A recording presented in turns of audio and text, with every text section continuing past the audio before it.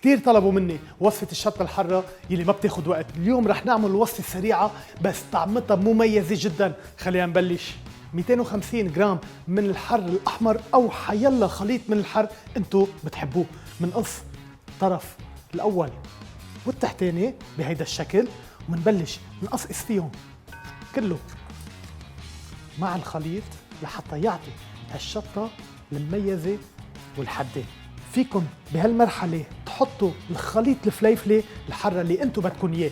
منحط الفليفلة كلها سوا، نرجع منزيد عليها 4 حصوص من الثوم، كمان منقصهم بالنص، مقلية على النار، مندور تحتها، منزيد ملعقة صغيرة من الكزبرة حب وملعقة صغيرة من كمون الحب. منخليهم يتحمصوا على نار قوية وما بتصدقوا هالبهارات وقت تطلع ريحتها شو حتأكدوا انه رح تزيد نكهة لهالشطة الحمراء. كده على ندقة مثل ما هي منحطهم جوا. نرجع منحط على جنب، منجيب المكسر منحطها حدنا. وهلا صار وقت نزيد الفلفل الحار مع الثوم على قلب المكسر بهذا الشكل. منزيد عليهم البهارات اللي طحناهم.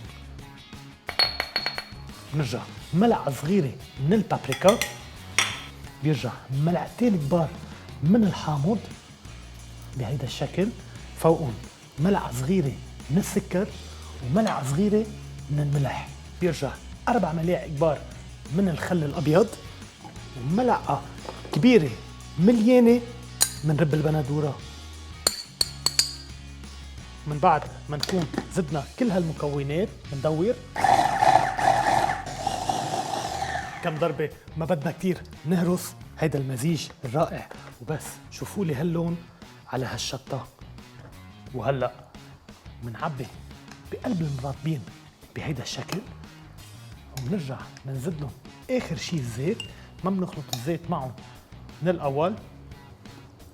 بس شوفوا قديش مهم تخلوا هيدا المزيج على التكتشر يلي طحناه فيه، مش كتير نهرسه ولا كتير نخليه شقف كبيرة.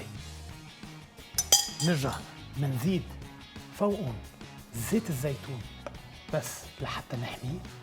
وبهيدا الشكل نرجع منسكر. وشوفوا ملا شطة ما رح تذوقوا أو تعملوا بقى غيرها.